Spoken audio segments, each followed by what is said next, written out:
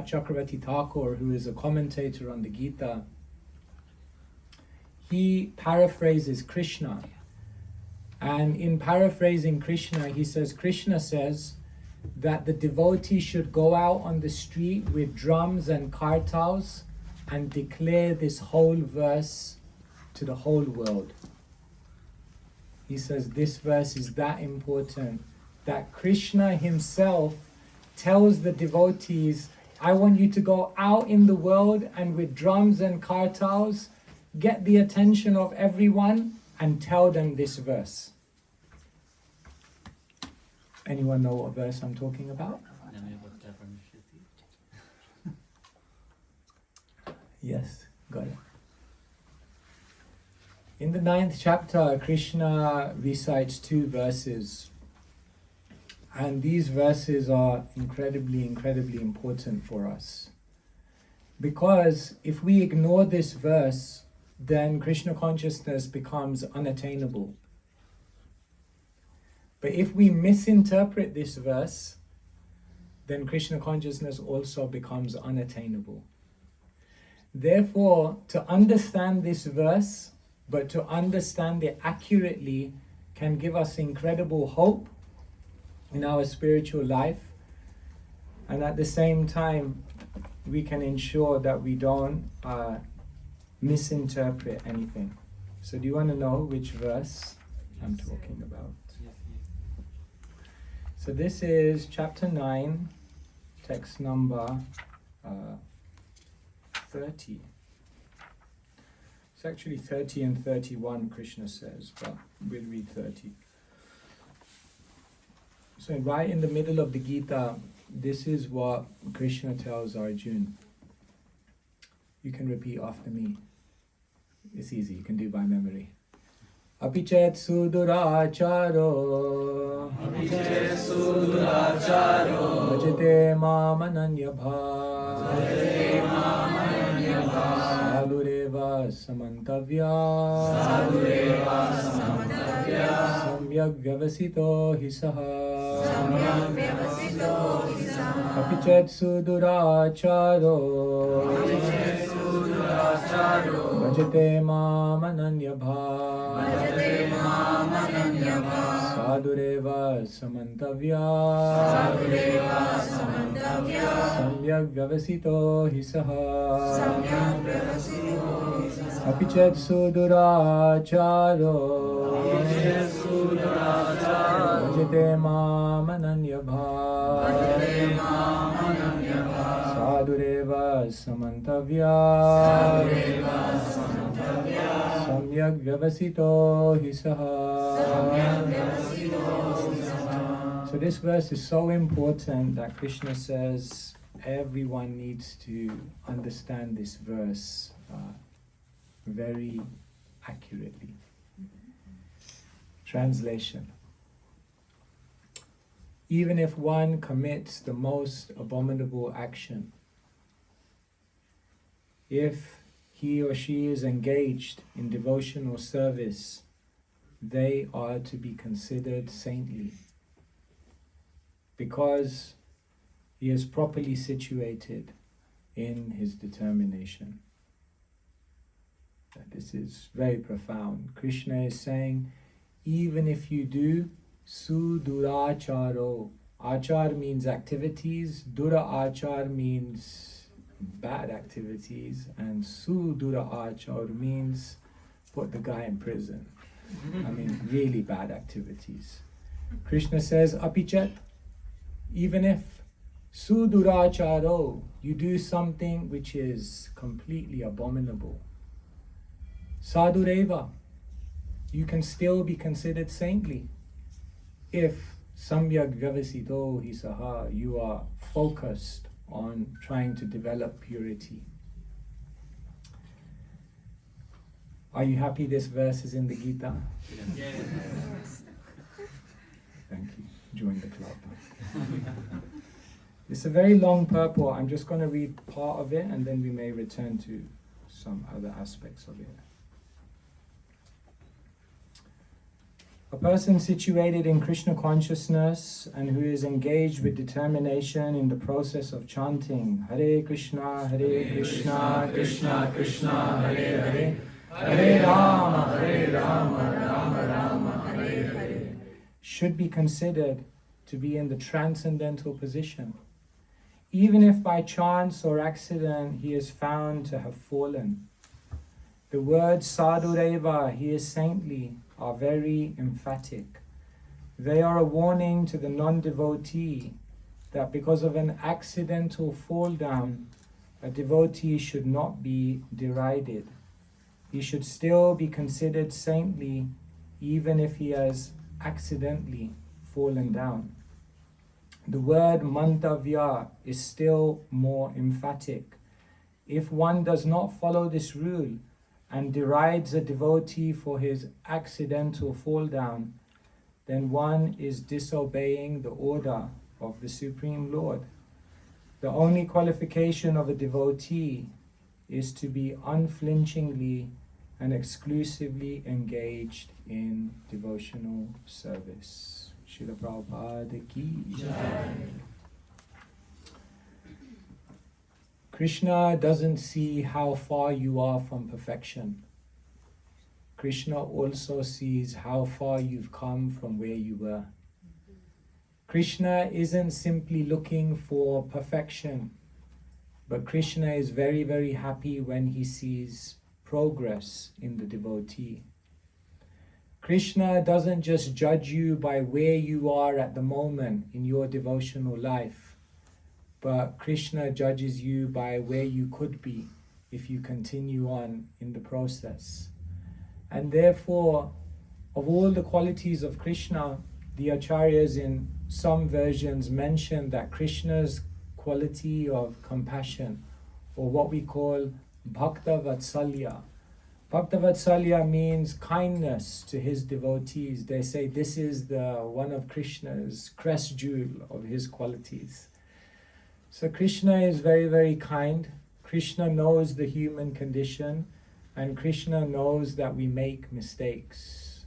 In our life, we make mistakes, and then these mistakes, they can haunt us. These mistakes, we carry them with us, and these mistakes sometimes break away all of our confidence. And sometimes when we make a mistake, we think this is the end of the story. And even if we continue on, in our hearts we feel, I don't think I'll ever be able to reach the goal because I made the mistake. Here Krishna is saying a mistake doesn't disqualify you from pure devotional service. If you ignore this verse, then Krishna consciousness becomes unattainable, because everyone makes mistakes. There's not a person in this world that doesn't make mistakes. It's part of the wiring to some extent. They say to err is human, and they say in the English language. And we know that the conditioned soul has 4 defects, and one of those defects are to make mistakes. So if you ignore this verse, then Krishna consciousness becomes unattainable. However, if you misinterpret this verse, if you abuse this verse, if you take this verse for granted, and if you try to use this verse as a justification, then Krishna consciousness also becomes unattainable. So here, Srila Prabhupada in the purport is saying accidental fall down, accidental mistake.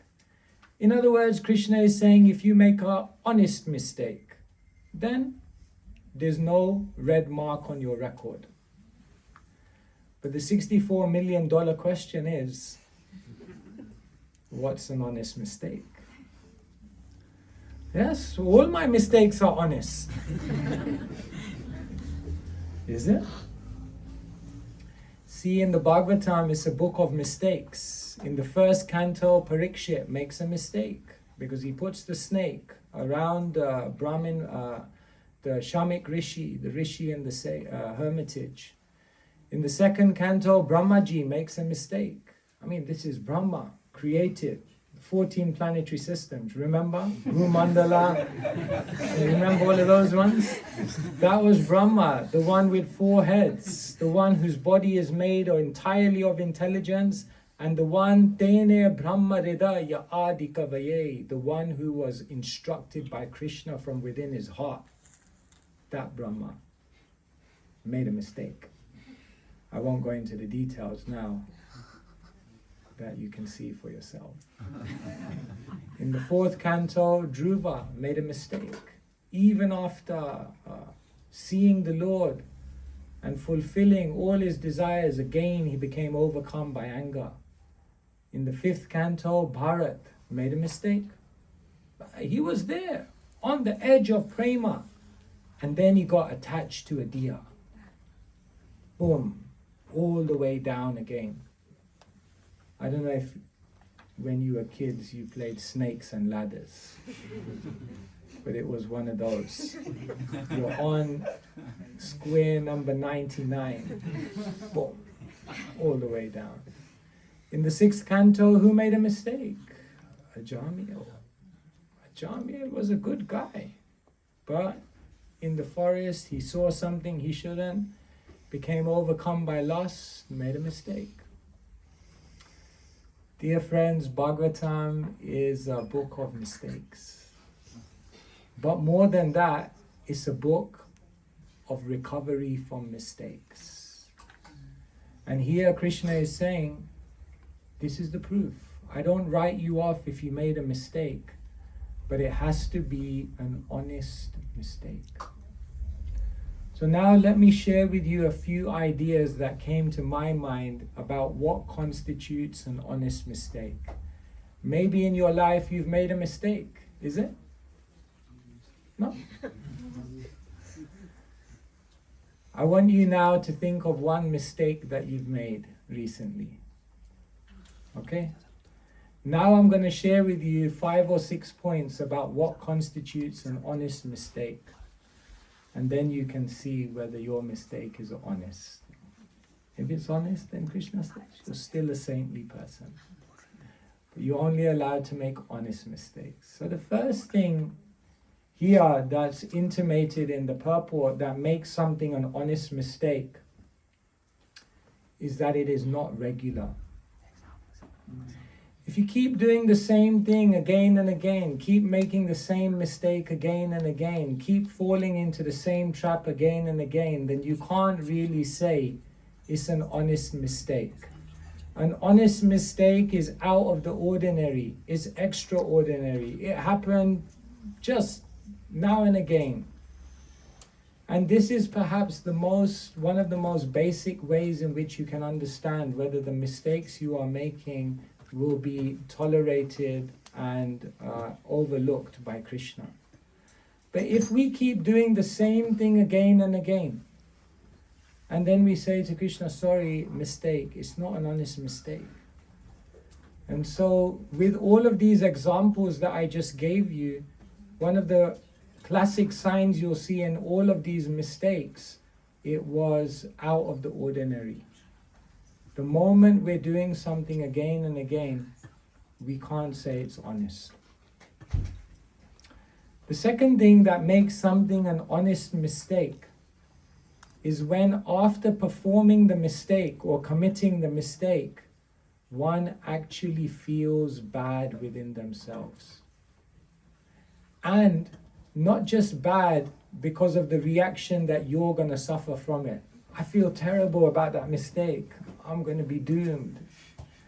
If you feel bad only because of the effect it will have on you, then that is not an honest mistake.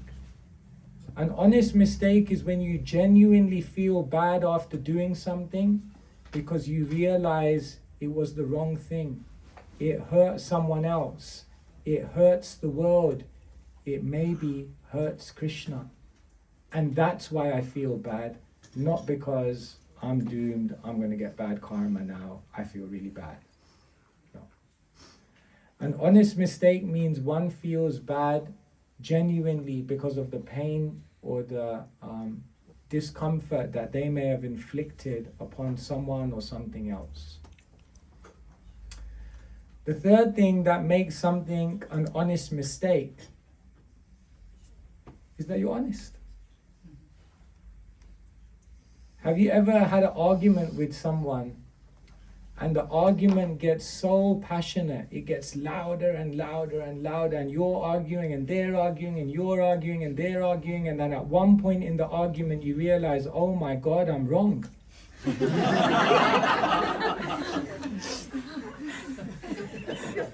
But now it's like intense argument. And then you realize, oh my God, I'm wrong.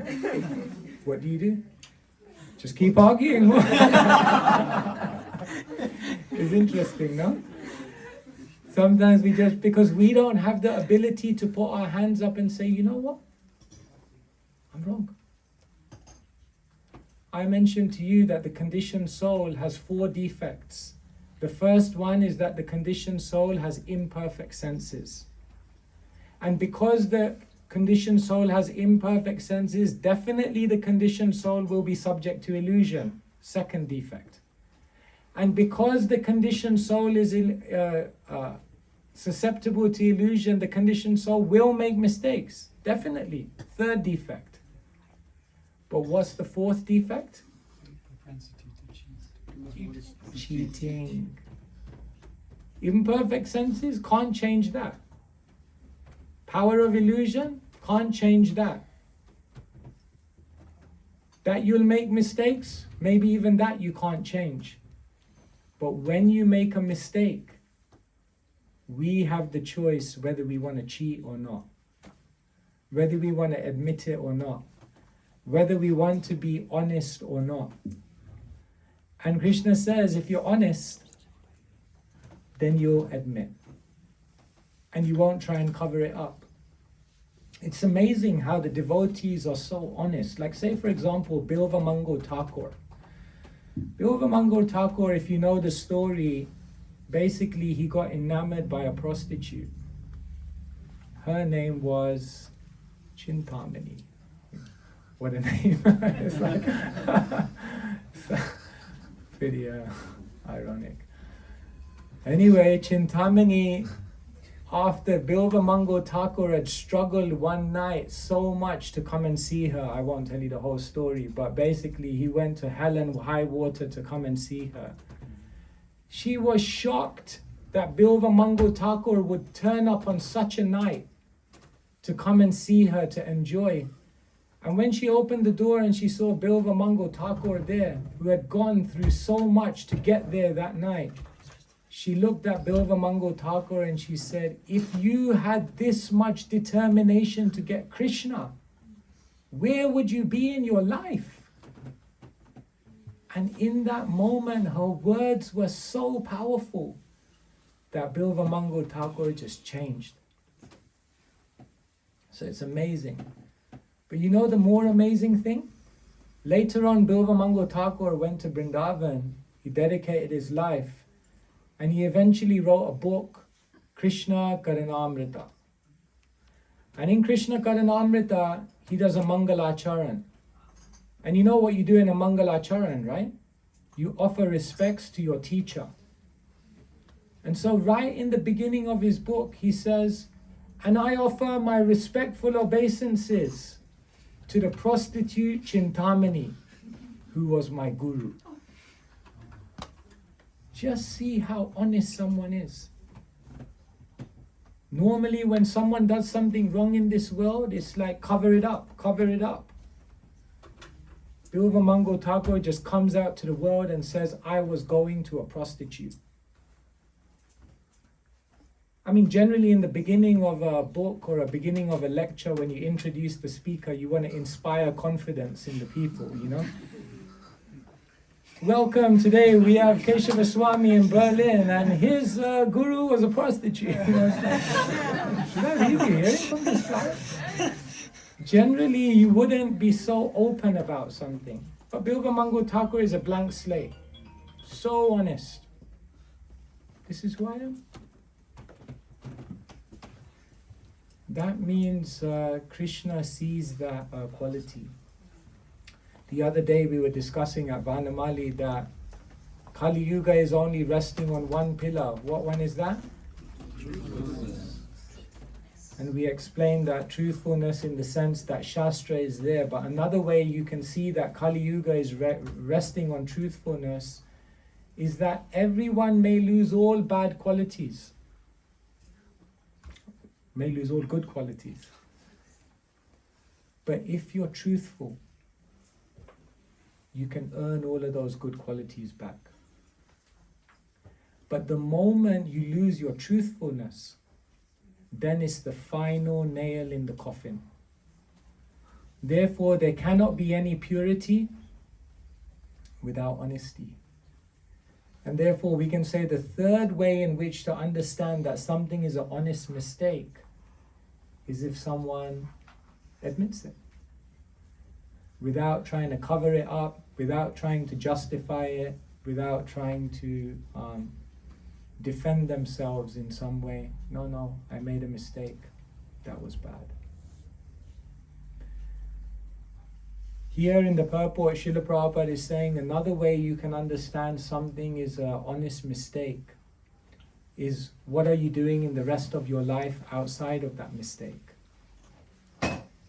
If the rest of someone's life is engaged in devotional service, if the rest of someone's life is sincerely praying, endeavoring with determination to try to become pure, then Krishna says all of that other bhakti and devotion in someone's life means that we can't disqualify them because of their mistake. Because that mistake is just like a black spot on a beautiful moon. And so, if in the other aspects of one's life, one is endeavoring for purity and living with purity, then even if there's some aspect where they fall short, then samyak vyavasito hi saha, Krishna says, is not considered a disqualification.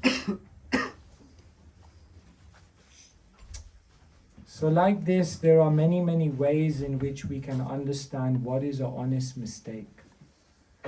So we should not become discouraged in devotional service if sometimes we fall short of the mark. Krishnadas Kaviraj Goswami says, Durgame patimendhasya skalat pada gater muhu svakripa yastidanena shanta shantva valambanam. He says, my path is very difficult and I'm slipping again and again. But the stick of the mercy of the devotees is holding me up. So this is a very slippery path. And at times we may sometimes feel that we're falling short of the ideal. And when there's an ideal, and when there's the reality of where we are, then this gap is very, very uncomfortable. So different people deal with this gap in different ways. The ideal, the real, the gap. So what do some people do? They bring the ideal down. Nah, that's unrealistic. No one's following like that anyway. No. Just be realistic. This is good if you can do this. And they bring the ideals down. This is not good. Then another type of person, when there's a gap between the ideal and the real, and this frustration is there, then they don't bring the ideal down, but they try to forget about the ideal. They may leave Krishna consciousness, they may leave the devotees, they out of guilt, they feel, no, I should not be here. This is also not good, because you will feel still frustrated. So the only way that you can deal with this gap is by bringing the real up. And in order to do that, we need the help of devotees. We need to be determined. We need to understand that where you are doesn't determine who you are. We need to understand that the process of Krishna consciousness is more powerful than my conditionings. And therefore, even if I have weakness, Krishna, by His mercy, Maya Metam Dharantite, I can overcome. So, it's so important to understand these verses of the Gita very, very closely, because they give great hope. because the theme of our life is that we're making mistakes. But honest mistakes, no problem. Hare Krishna. Okay, let me stop here and ask if you have any questions. Okay. Hare Krishna Prabhuji. If we get angry on someone else, maybe it is.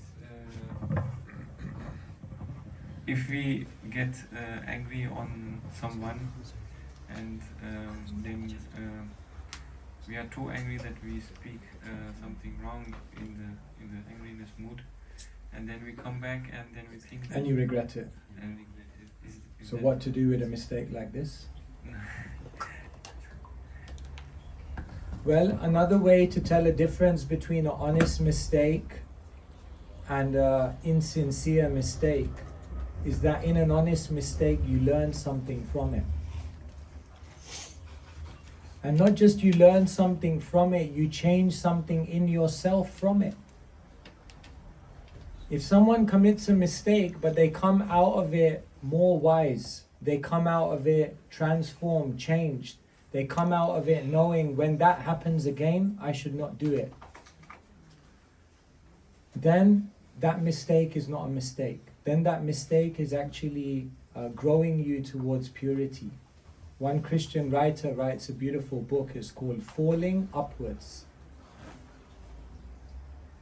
He said this is the art of how to make mistakes and learn from the mistakes, and every time you make a mistake and you learn from it, you're actually growing. So yes, you may get angry at someone and you may say something wrong. Once, okay.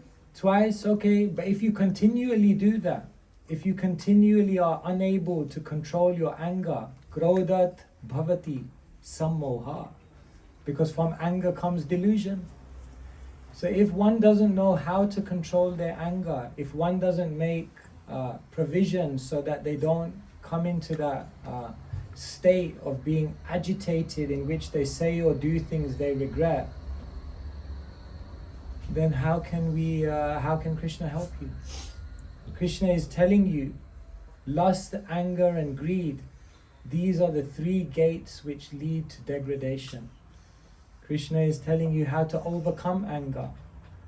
Krishna is telling you everything you have to do to be able to manage your anger. But then if we don't take advantage and we keep getting angry, then it's not really an honest mistake anymore. So we have to be very careful. Like the Bhagavatam shows, archetype characters who always get angry, like Durvasa Muni. It's interesting, Durvasa Muni. Vasa means to stay, Durvasa means difficult. So his name literally means difficult to live with. Imagine that. Imagine having a name like that. Interesting. Prabhuji, if So you have to learn, my point is you have to learn from it. When you say something, one person once said to me, if all the words you said today were written over your body, would you still look beautiful? Krishna says, Anudvega karam vakyam satyam priyam hitam.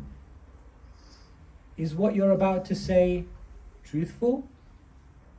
Is what you're about to say pleasing? Is what you're about to say beneficial?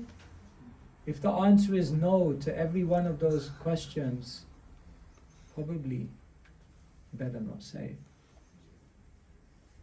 So Socrates said, fools speak because they have to say something.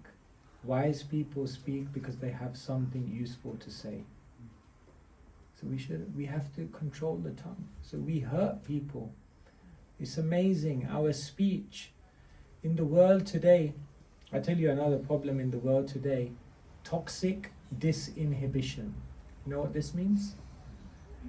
Toxic disinhibition means you don't feel any reservation to say something strong against someone because there's a distance between you and them. On social media, people will say anything. If they were sitting in front of that person, looking them in the eye, they would never say that. Because what happens is the disinhibition of the impersonal communication channels means we just speak what we want to speak. And then we hurt people. Even within our own communities, the devotees hurt each other so much. It's amazing how harshly we speak. Therefore, devotees are very, very rare. If we do something which disenthuses a devotee, I don't know, Krishna is not going to look kindly upon that. And even if you say something's wrong, we have to address it. Please do it with culture. Oftentimes it's not even what we say, but it's how we say it. So there's so much culture which is given in the scriptures around how to speak. So we have to be very careful. So yeah, this is powerful, your speech. You have to be careful. Vacho Vegam. The very first thing Sri Rupa says, Vacho Vegam. Learn to control your tongue.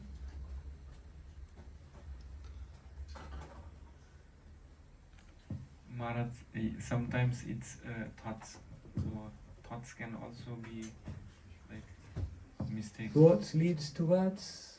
Action. So you have to be careful. Yeah. So therefore we have to culture a mind which is very gracious, culture a mind which sees the good, culture a mind which also is able to see broader. We only see the bad. Sometimes devotees are doing so much and then we just see a few things and then we jump on it. It's very dangerous. So be careful. Alright? Hare Krishna Maharaj. Thank you so much that you came to Berlin and gave these 3 wonderful lectures. I feel very happy that I could attend. Thank you so much. Please come soon again. And I would like to ask regarding this honest mistake. One point was it does not continue if it is an honest mistake. But if I look at Ajahn Müller, he a long period of his life he lived a sinful life, and also Bharat, he fell in love with a deer in a long time, and they had actually a long time relationship like this. And this sounds for me contradictory. Maybe you can solve this in my mind. But when the Vishnu Dutas came to Ajamil, when Ajamil shouted, Narayana, and he got the mercy, he got the darshan of the Vishnu Dutas, he got a second chance, then he changed. In other words, when he got the opportunity, when he got the mercy, then he changed. Then he didn't persist. So yes, he was doing sinful things for a long time, but the moment the Vishnu Dutas came and he had his near-death experience and he got his second chance, then what did he do? Then he went to Haridwar. Then he said, I can't persist in this life. I got the mercy. So therefore he took advantage. Bharat, same thing. Yes, Bharat got attached to a deer, but then the moment he took birth as a deer and he realized he was empowered with remembrance of his previous life and he understood the whole story, then immediately changed the way he acted. So like that, the point is, once you get knowledge, once you get mercy, once you get an opportunity, then you have to try to take advantage. Alright? Thank you.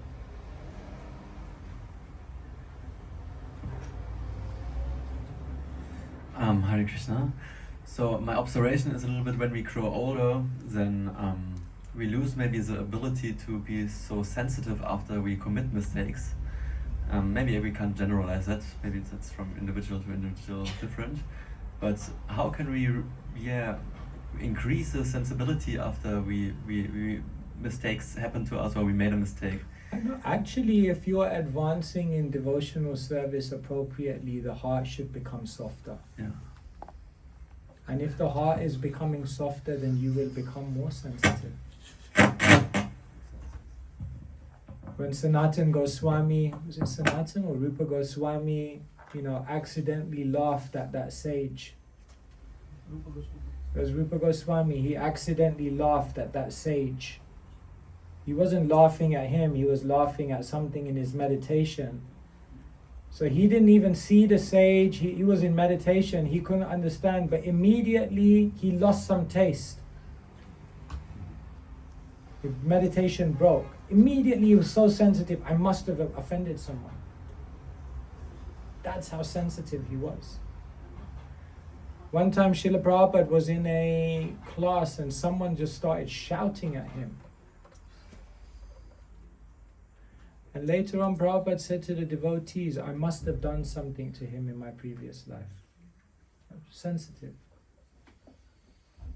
So actually, if we're becoming actual devotees, then the heart must become more sensitive. But if we are materialistic devotees, for example, how is a materialistic devotee described in Bhagavatam? Archaya me vaharaye ujam ya shradaye hate natad bhakte shuchanyeshu sa bhakta prakrita smrita. Who is a prakrita bhakta? A very materialistic devotee. They come in front of the deities and they worship the deities with great devotion, but they have no regard for the devotees or for people in general. In other words, they lack the sensitivity of how to actually communicate and interact properly. Vrindavan Das Thakur said the formula for attaining Krishna Prem is very easy. Just chant the holy name and don't offend anyone. So we have to... a devotee is very, very cautious. I must not act in such a way that may offend or discourage others. Now that doesn't mean if there are problems that we don't address it, or if there's something that we need to say, we don't say it.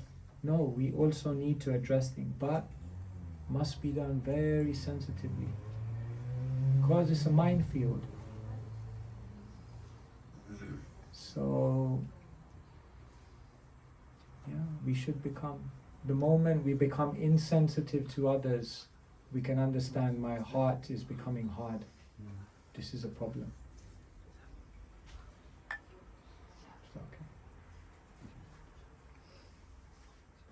Like the Vaishnava Aparad is likened to a mad elephant. So it's interesting imagery. Why is it likened to a mad elephant? Because an elephant is almost like so destructive, but when it walks, it has no idea.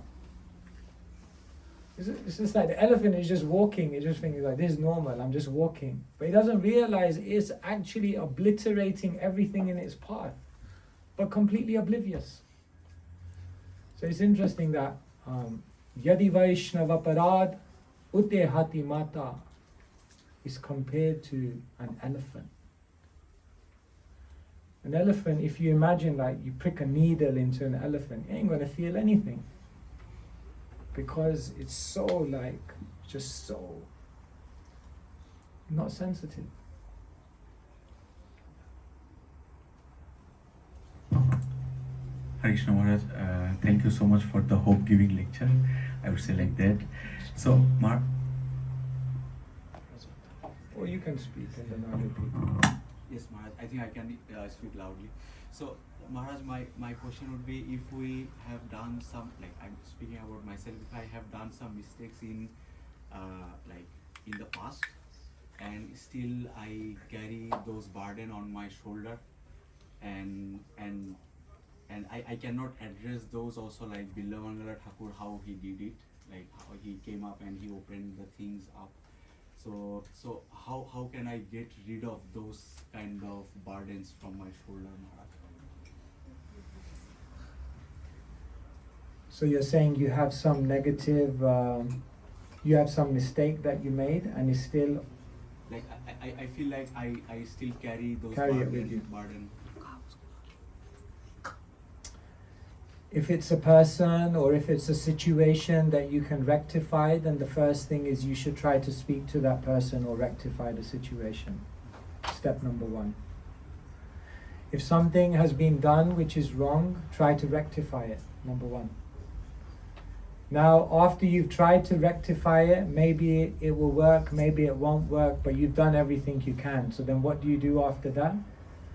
Then you simply have to, number two, ask yourself, what did I learn from this? How can I improve from this?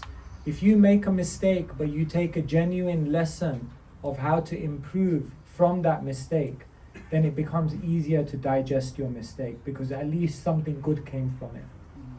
So the second thing is that, what did I learn and what have I changed because of that?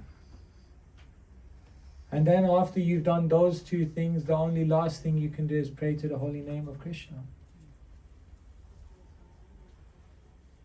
Aparada sahasrani kriyante harnisham maya dashoham iti mammatva kshamashva madhusudana. We pray these prayers of forgiveness. Aparada sahasrani, I've committed so many offenses. Kriyante harnisham maya, from the rising of the sun to the setting of the sun, I have the propensity to be offensive. Dashoham iti mammatva, Krishna, please consider me your servant. Kshamashva, and please forgive me. That's what we can do. Great devotees are always like that. So yeah, we must be in a prayerful mood. And then after that, read Bhagavad Gita 9:30. And remember, Krishna is still smiling on you. So, Krishna smiles on me. His power is greater than my Maya. And so, by His mercy, I have hope. And then final thing, Sri Chaitanya Mahaprabhu is very kind.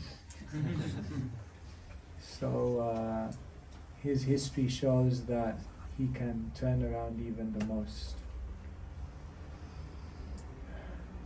sinful characters. Thank you so much, Maharaj, for again giving hope. Yes. Probably regarding the verses of Bhagavad Gita, I also say sometime this verse is very important for me. Then I also think, honestly, mistake. The other mistakes are not so important, other verses.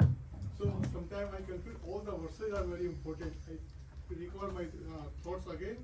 They never said this verse is very important. Other verses are not so important. So, theoretically, all the verses are very, very important in Bhagavad Gita. And somebody told also ISKCON devotee, we have 700 puzzles of Bhagavad Gita. If we assemble all the verses in a proper manner, then we get a full picture of Krishna. And each verse had definite place in that picture. And if I take only one verse, I can't say this picture, I can't describe that picture. Just like in our schools.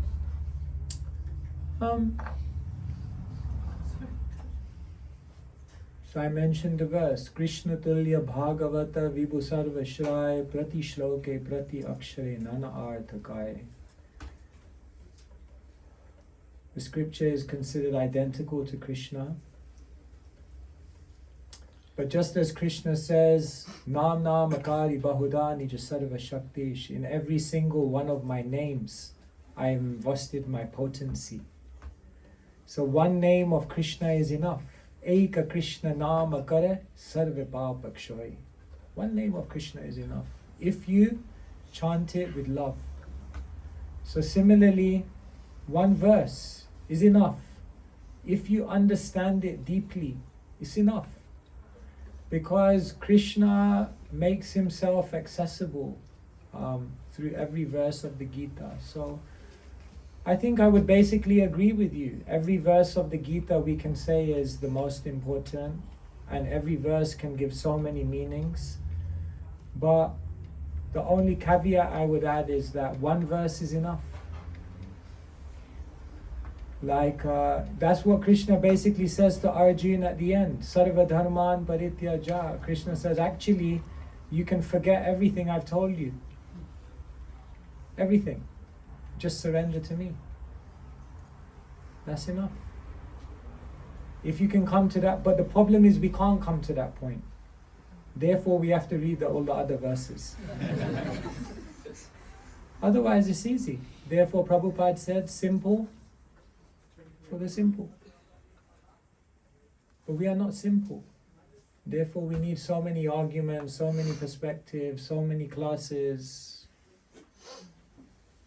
But one verse is enough. What to speak of one verse? When Chaitanya Mahaprabhu went to South India, there was one Brahmana, and he was holding the Gita, and everyone was around him laughing. So Mahaprabhu came to him and said, "Why are they laughing at you?" He said, "Because my spiritual master told me to read Gita, but I'm illiterate. So I can't read it. So they're laughing at me." And Mahaprabhu looked at him and he said, "But I see that there are tears in your eyes." And he said, "Yes, I can't read Gita, but when I see on the cover that Krishna has become the charioteer of his devotee, I just see the picture. And I see that Krishna, who is the Param Brahma, has become a lowly charioteer of his devotee.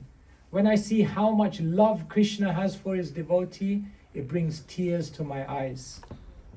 And Mahaprabhu said, "You've understood Gita more than any of those guys."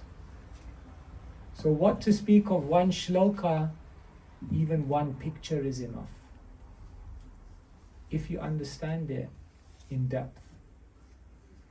So the Gita is powerful. It's like that. All right? Thank you. Hare Krishna Maharaj, thank you very much for your valuable instructions. I would like to ask regarding anger about oneself. Also, if we have this sincere attitude or intention to follow Krishna's plan, to surrender to what Krishna wants, but again and again, in my case, there are situations where I feel afterwards Krishna's plan was different, or my behavior was not like this, and because I was not able to control the senses or the mind, how do we deal with this then, self-criticism and anger about oneself, and what is your understanding of Krishna's Progress, attitude? not perfection. We should be improving. In some way, from every experience, we have to improve. Even if it means we don't immediately change our actions, but something must change within us, or something that we're trying to become what we want to be, something has to change in our life. Then that's sincerity. So for example, if someone makes a mistake, but then they come out of that mistake and they say, "Let me change this thing in my life to make sure I don't make that mistake again." And then they change that one thing, but they make the mistake again. But Krishna still sees, no, they were sincere. At least they tried something new. And then next time you make a mistake, you try something else. How can I be better? Always trying to be better. Always trying to get there. Always trying to learn, how can I live in a better way? Then even if your activities are still not perfect, because Krishna sees that you're trying, then Krishna will be kind.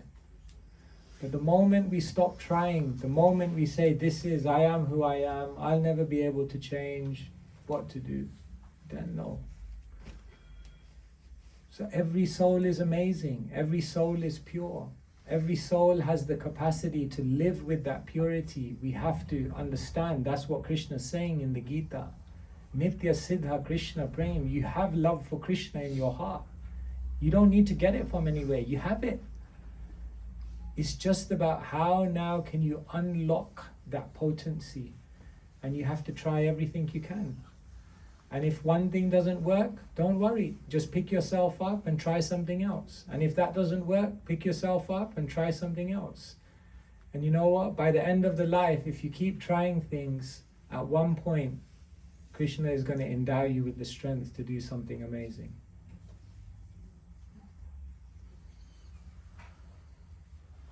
So it's like that. You have to never lose hope and never become resigned to your conditioning.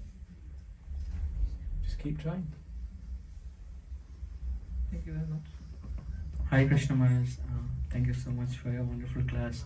I think we all will be eagerly waiting for your next visit over here. I have one question, in the previous class we were looking into the whole Vedic cosmologies over there, and there we're going back there. there I was seeing that only from the earth the Hare Krishna mantra was going till the Golakadham. So I'm just worried, what about the other planets and Is the Maha Mantra chanted on other planets? Is that your question? Yeah, what from other planets we cannot reach to the Golakadham directly, we can go from Earth. The holy name is so powerful that it can, I said, no? Eka Krishna Nama Kare Sarve Papakshoy. One name of Krishna is enough. It can remove all of one's karmic residue that may be there, whatever planetary system they may be in. It's just mentioned that you have to chant with sincerity. You have to chant with desperation. You have to chant like a child cries for the mother. And the problem is that when you're too comfortable, when life is too good, when life is going all totally fine, and it's a sunny day in Berlin, and you go out and everyone's sunbathing, and you think, it's not so bad. Could stay here a little longer. It's okay. Then can you chant with sincerity? So yes, the holy name of Krishna can do it. But then you have to chant the real name. It's to become an emergency.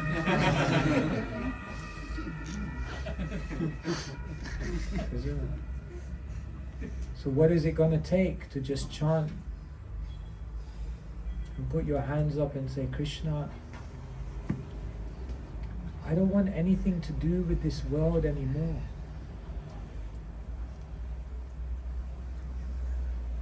Who can say that? Can you chant Krishna's name? And not out of frustration. Oh, nothing worked out. But then tomorrow if it works out, it's like, okay, no, I'll take it all back, I'll stay here. Not out of frustration, to say, Krishna, I'm only here if you want me to do service, otherwise I have no reason to be here. No need to be here. I have no plans, no dreams, no desires of my own.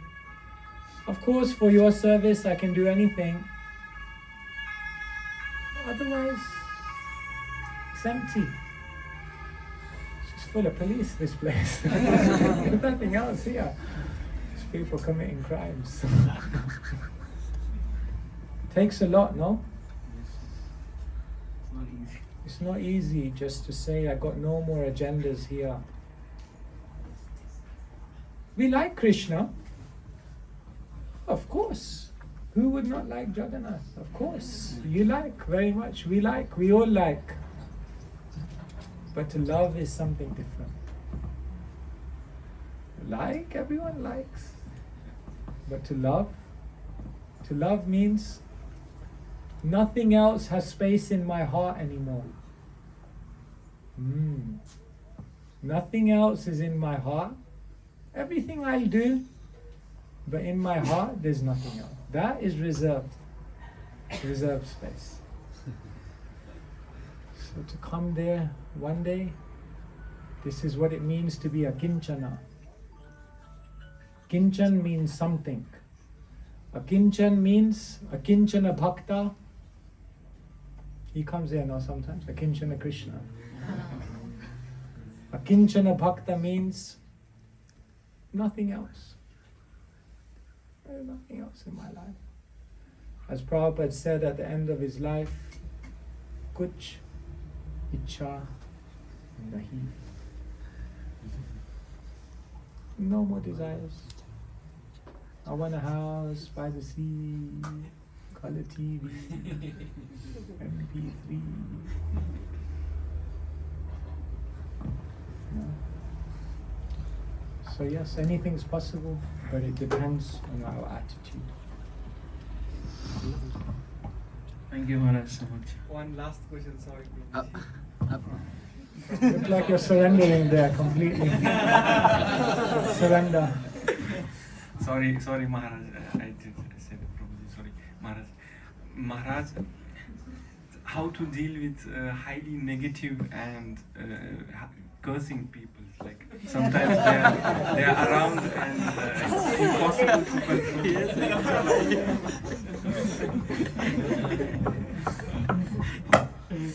One more good reason to get out of here.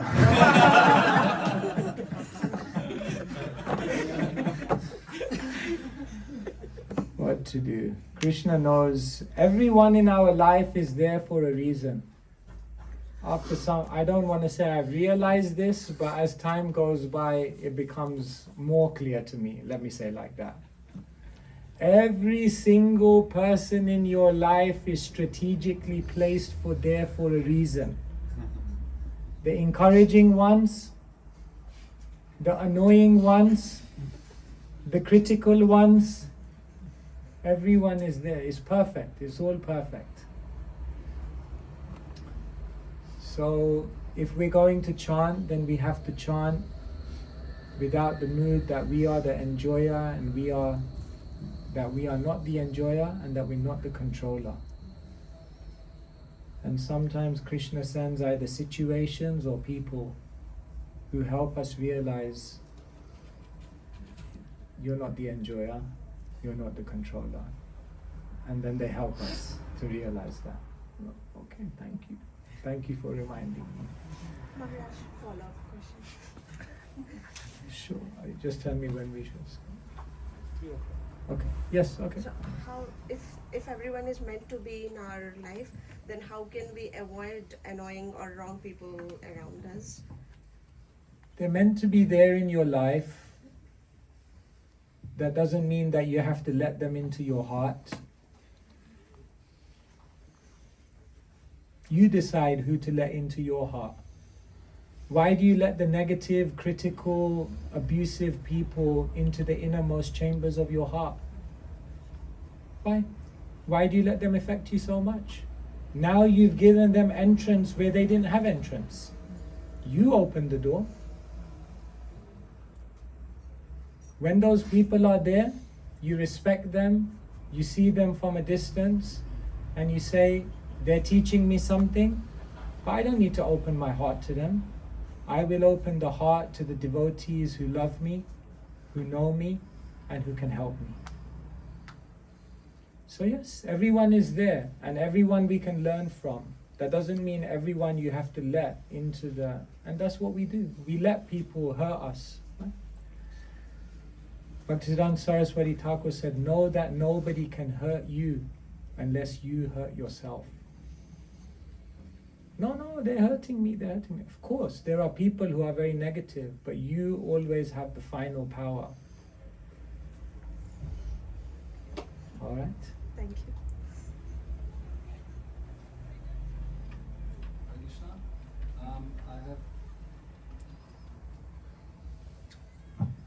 I have question regarding the first class in the morning. So we saw the Bharatvarsha on this disc. Maybe more simple. There is Hanumanji, and I believe I'm not sure. He is in this Kimpurusha Varsha. Exactly. So, and I saw on the map that it's next to Bharatvarsha. Is it correct? I can't remember the map myself, but I think you're right. It's on the other side of the Himalayas. Yes. So what that means is actually very close in one sense. I mean, if we look to the others, I mean, we saw this vertical expansion, and then the Dhruva is much more distant, or is this also not real consideration? Kumpurusha Varsh is next to Bharat Varsh, is much closer. So in that sense, this is said to be the place where Hanuman is honored. And then But actually Hanuman is said to be a Chiranjeev. The plot thickens. There are 7 personalities who are always existing in this realm. Ashvatham, someone can help me. Parashuram, Vyasadev, Hanuman, Jamavan, Bali Maharaj, okay, like that, 7. So it's said that Hanuman is still existing within the Himalayas today. And then the second or further question is, if we don't make it to Goloka, this when we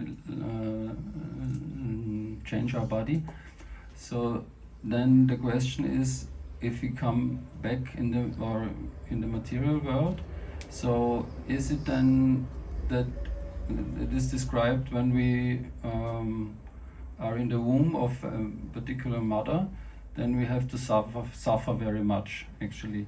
So, and is this suffering only when you come on the Earth planet, or is it in every planet, like in every system you will be born into, or could we understand these systems differently? I mean, I think the process of pregnancy and being in the womb, is it the same in every universe? Not the universe, but every planetary system. Planetary systems in the universes. I haven't read anything on that about whether, there's 9 months of pregnancy or whatever in like Svarga or something.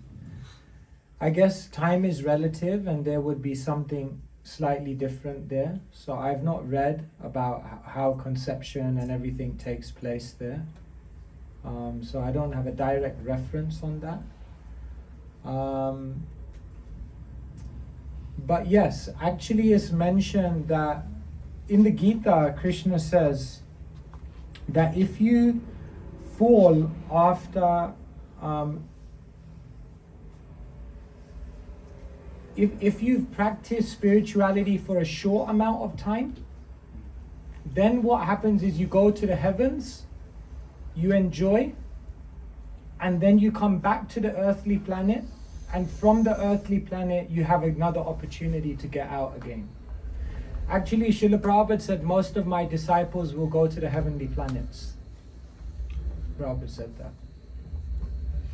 But the Bhagavad Gita says that if you practice for a long time, if you practice very seriously, then the Gita says then you don't go to the heavenly planets. Then what happens is you come back to the earthly planets and you take birth in a family of transcendentalists.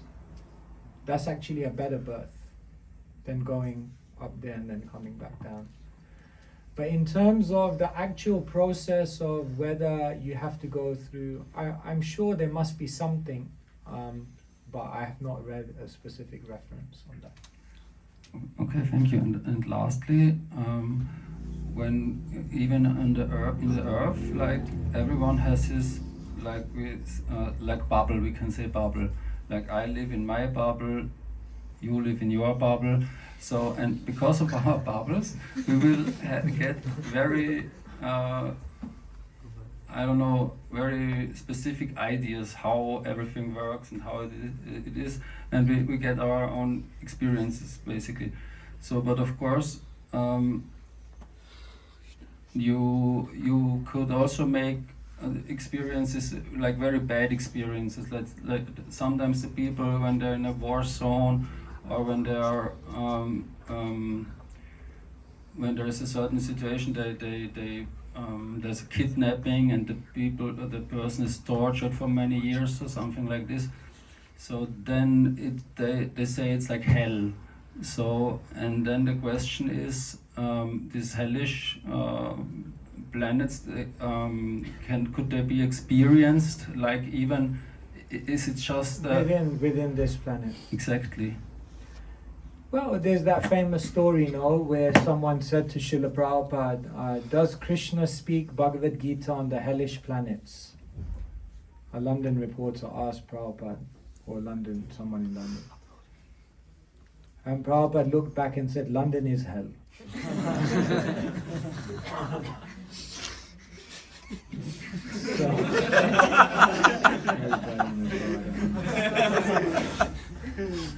So I think you're right. In one sense, hell is not just a physical. See, the physical hellish planets are just meant to deliver a certain type of experience. But the difference between going to the hellish planets and experiencing a kind of hell in Berlin or London or wherever it may be, the difference is that is obviously a sustained type of suffering in which there's no respite. There's no break. It's continuous. There's no it's just relentless. Whereas here, there's always the opportunity in most situations to come out, and experience some. So it's not as intense. But you're right, you can have that kind of experience here. Yeah. So, okay.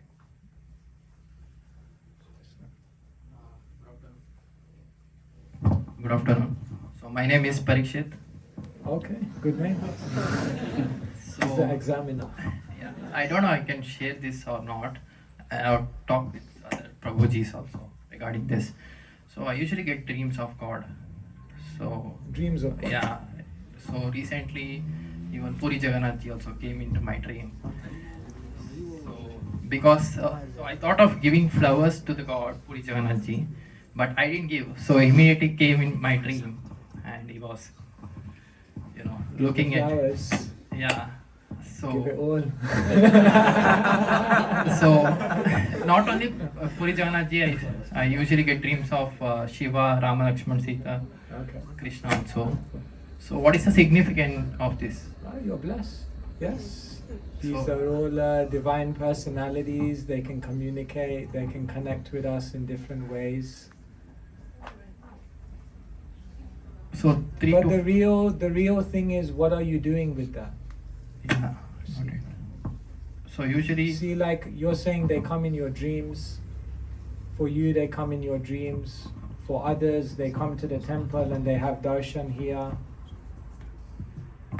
But the real question is, it's not so much that you came. Of course, it's good that you came here and it's good that they come in your dreams. But the real question is, what do you do now with that? Like Krishna says to Arjun, it's not like Arjun said, oh, you came to me, Krishna, you sat on my chariot, I heard you for 45 minutes, my life is successful. The real success is, what does Arjun say at the end of the Gita? Nashtamoha smriti labdva tvad prasadat mayachyuta stitosmi gata sandeha karishye vachanam tava. Nastamoha, my illusion is gone. Smriti labdva, now I remember what I'm meant to do with my life. Stitosmi, I'm completely convinced. Gata sandeha, all of my doubts are removed. Karishye vachanam tava, now I know what I need to do with my life. That is the success of seeing Krishna or being with Krishna or being with Jagannath or all these eminent devatas and others. So, what happens in religion sometimes is that we are satisfied with the ritual, or we are satisfied with the darshan, or we are satisfied with receipt. This is very beautiful. But we should not be satisfied until our life is dedicated to serving God. Yat karoshi, yad ashnashi, Yad Juhoshi Dadashi Yad. Whatever you do, whatever you eat, whatever activities you perform in this world, connect it to Krishna. And then your life and your dreams and your darshans and everything has so much meaning. Is that okay? Also, I even got a dream of devotees. Okay, when I was in India, so there is ISKCON in Bangalore. So I stay in Karnataka. So I got a dream where all the devotees were chanting Hare Krishna in metro. Metro was going flyover. So I was standing, opposite to temple and watching the temple. Inside the metro, all the devotees were chanting Hare Krishna, Hare Krishna, Hare Krishna. So Parikshit, the devotees will follow you everywhere. Now, these guys, you can't run away from the devotees here. You can go to another country. You think you're going to sleep. I get a break from these guys. Trust me. I tried to run away from them. one beautiful thing is that I can remember all those dreams, like how did the God looked at me and everything. That is the one beautiful thing. You're blessed. Please do something with that. When you have a treasure, then you should utilize it. Okay? I see so many hands. Maybe someone else who didn't ask.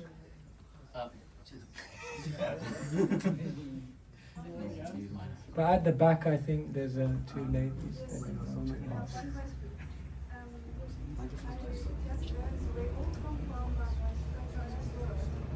You came from the spiritual world.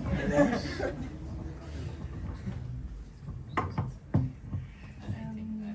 So we just want to try in this life to go back. Enjoy. No, Oh. yeah, later.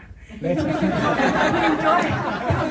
enjoy the material world, yeah, the things, the curious. And sometimes, if we are lucky, we remember Krishna and doing some service, yeah, like a servant for Krishna. But you sometimes here, if you're doing continually, you go back to Krishna. Krishna, to Goloka, Vrindavan. But I feel it's like a circles. You go back, perhaps the yoga maya is so strong, you forgot again, you fall down. So we go back, but then what happens if we come back again?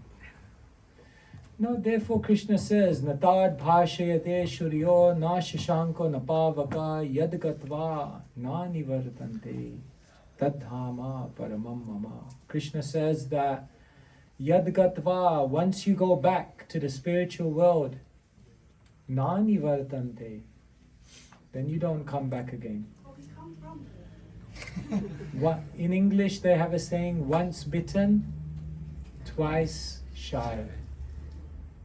Which means once you've experienced the material world and the misery of everything here, you will not come back here unless you have a special service for Krishna. So it's kind of, that's what Krishna says, that you don't come back. Some may come back because they're on a special mission. So generally, yeah, you won't. You'll be fine. Thank you. Yes, at the back. So, Prabhuji, this is my second week in Germany. Okay, wonderful. Welcome. My Naam Jap has just stopped. I don't know the reason for that. If you use it, then everyone I can don't hear. know the reason for that. Your naam, your name, chanting of the holy name has gone down. Yeah, and since the second time I went to Vrindavan Dham, my Naam Jap is not really good, and I don't know what's the reason for that. We are in a stage called Anishtita Bhakti. Nishta means steady. Okay. Anishtita means unsteady. Therefore, our bhakti is in a very unsteady state at the moment. We wake up, some days we're enthusiastic, some days we're not.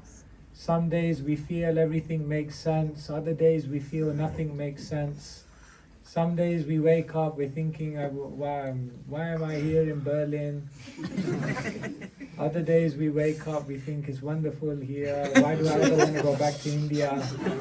We're very confused because we are in anishtita. And why are we anishtita? Because our mind is chanchala. Chanchalam himana Krishna. Very unsteady, the mind. So it takes time. It takes time to bring the mind under control. It takes time to bring our senses, our intelligence, to make it focused. Therefore, when it comes to Nam, we chant even when we don't feel like it. Sometimes, someone came to the temple, he said to me, why all these numbers? 16 rounds. He said, all my life people were giving me numbers. When I was a kid, they told me, we want this number in the exam. When I went to work and I got a job, they told me, we want this number on the profit sheet.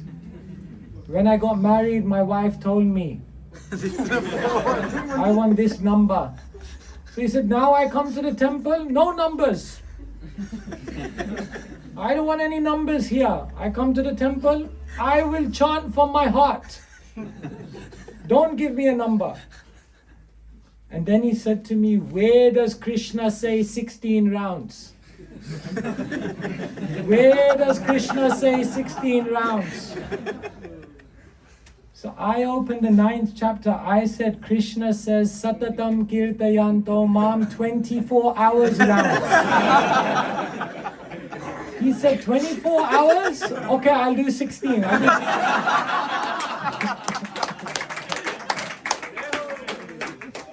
So, sometimes people say, I don't do all this counting. Yeah, I do bhav from the heart. Prem se. But the problem is we don't have prem. Therefore, don't wait till the day when you feel like it. Every day when you wake up, tell yourself, this is my life, I have to do this. And then what happens?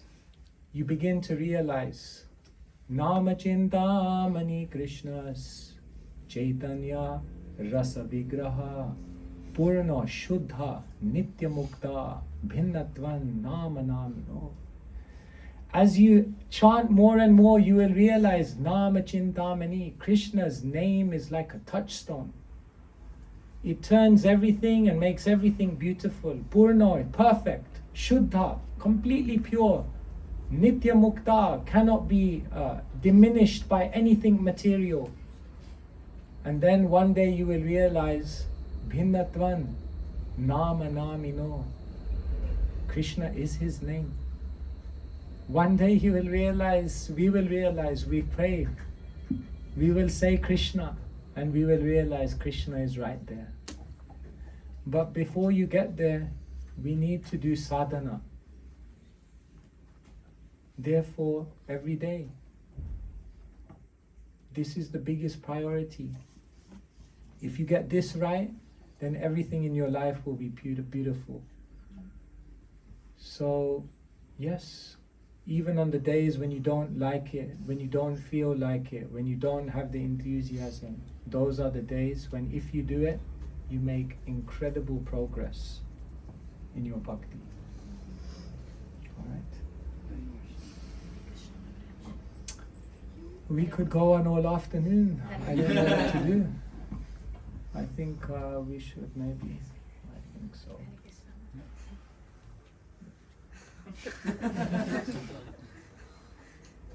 Okay. Hare Krishna Maharaj.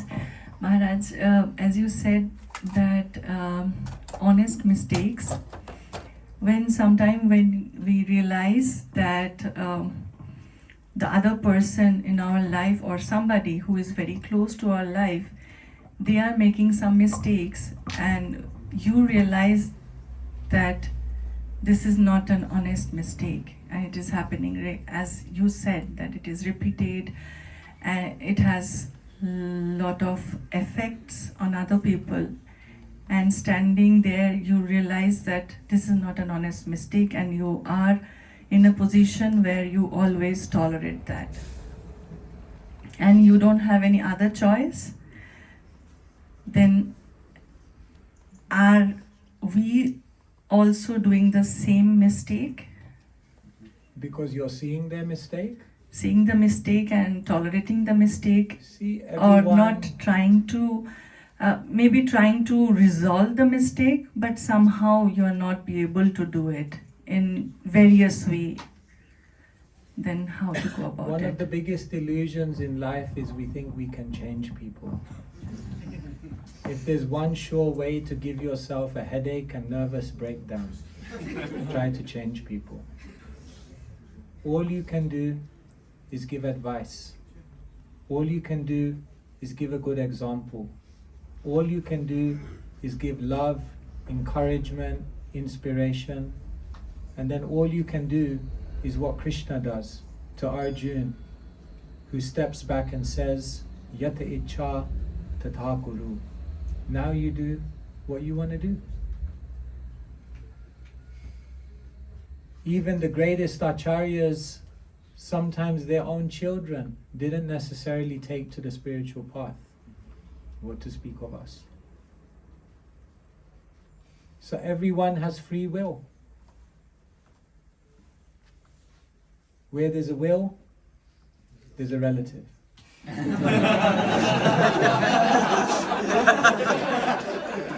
Where there's a will, there's a way. But that's not your will. That's their will. And if their will is there, they will find a way. So you can't control them. But if you know that somebody is doing something wrong and you stay quiet, you don't address it, you don't try to help them, then yes, maybe. But then if you're going to give someone feedback and try to give them help, you also have to do it very, very carefully. You have to ask yourself, do I have all the right information? Yes or no? And then you have to ask, am I the right person to tell them? Yes or no? And if you say yes, then you have to ask, is this the right time? There are many questions you have to ask, because otherwise we just keep telling people, no, you're doing this wrong, you're doing this wrong, and you're not really helping them. So, yes, help them, give feedback constructively, and when all is said and done, everyone has to fly their own plane. That's it.